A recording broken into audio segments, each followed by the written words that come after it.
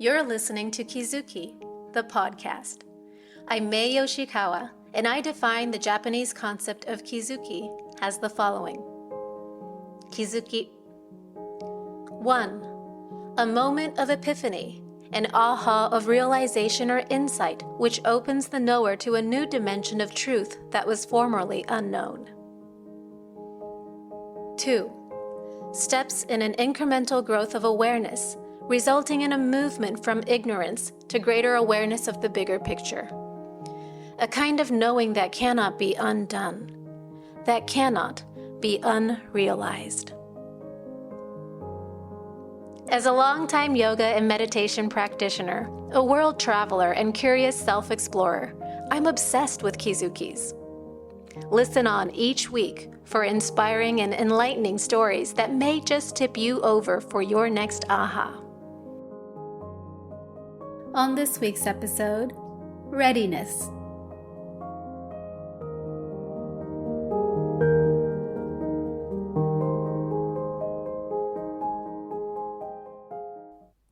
I was having a meeting earlier today with someone from a major company here in Japan, and I was consulting for them because they're doing a lot of research about mindfulness and wellness as it applies to corporate settings and also for business systems.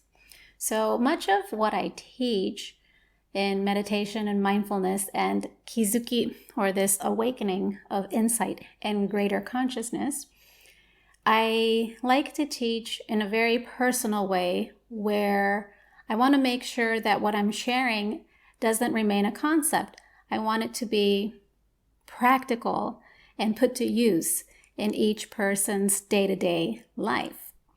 So this man was curious about how can we take some of these teachings and utilize it in a more macrocosmic way. How can it be applied so that it can offer greater wisdom for the wellness of the whole?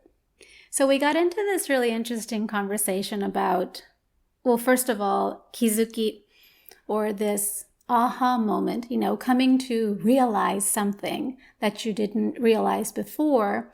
And in the realization, that you offer yourself more options, because once you're aware of it, then you're able to choose, you're able to change the things that you want to change, right? So he asks me, how can we nudge or set things up so that larger numbers of people can come to greater awareness?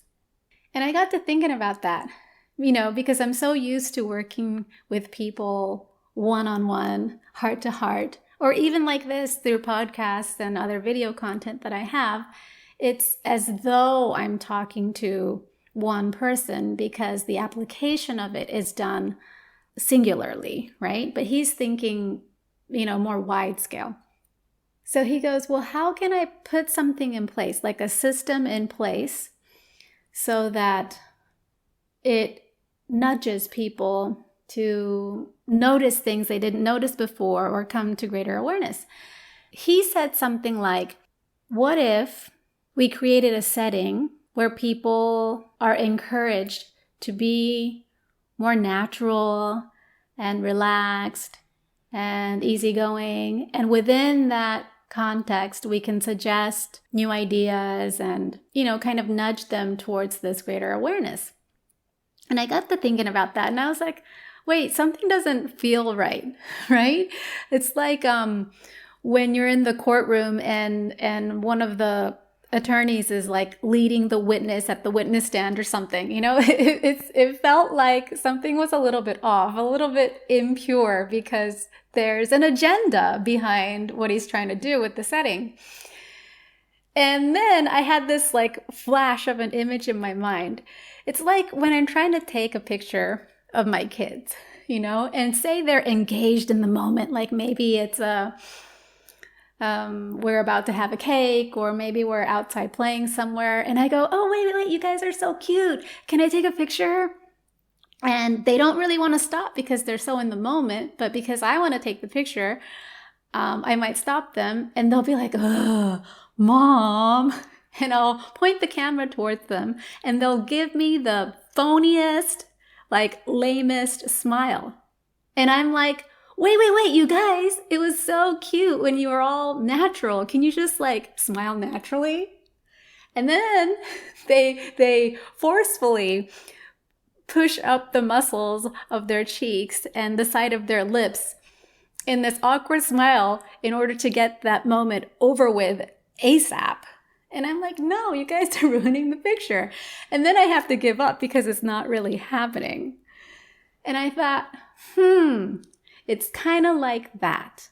When you tell someone or urge someone to be more natural, it actually makes them more unnatural. Okay? It's like awkward because a natural moment is there already. It happens without asking for it. So if you have to ask for it, I don't know, it's some kind of a double whammy. It messes things up. And I pointed that out to him and we had a good laugh about it. But you kind of have to slow down and think, if you can't force the kizuki, because you can't make someone realize something that they don't get, okay? So A, you have to accept that.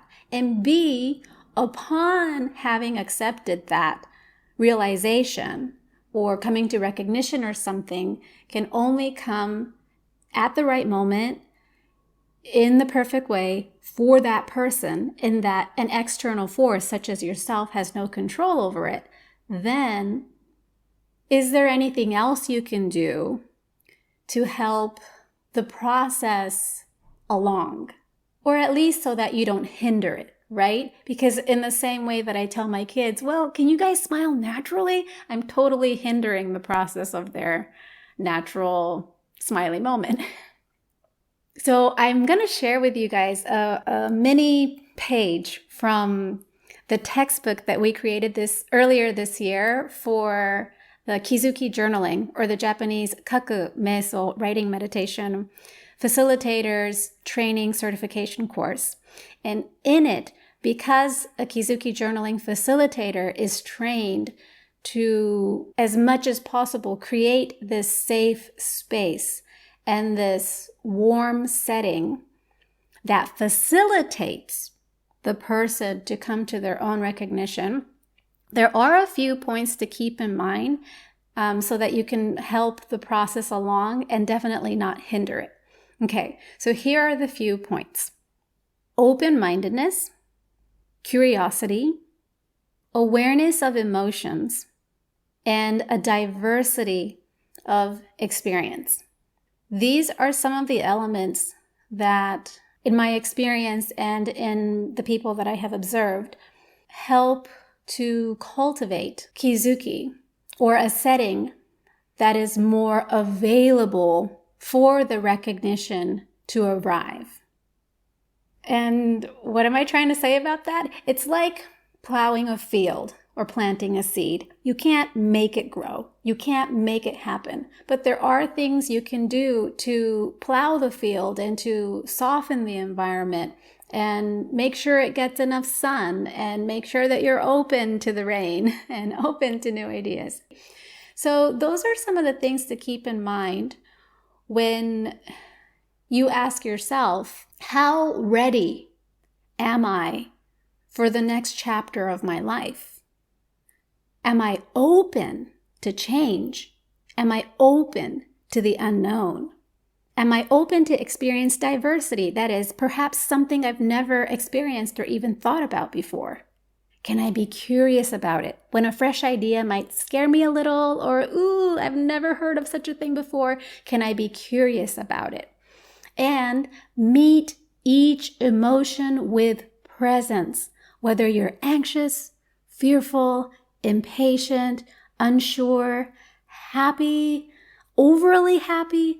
Just be present with that very fluid, emotive nature that is so alive in you. Your aliveness is your superpower.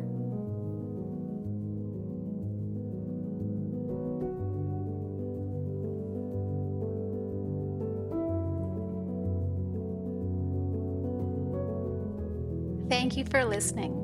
Learn more about me in my upcoming book, Kizuki, Realizations Beyond Time and Death, at my website, maey.live, or find me on Instagram at maeyoshiKawa.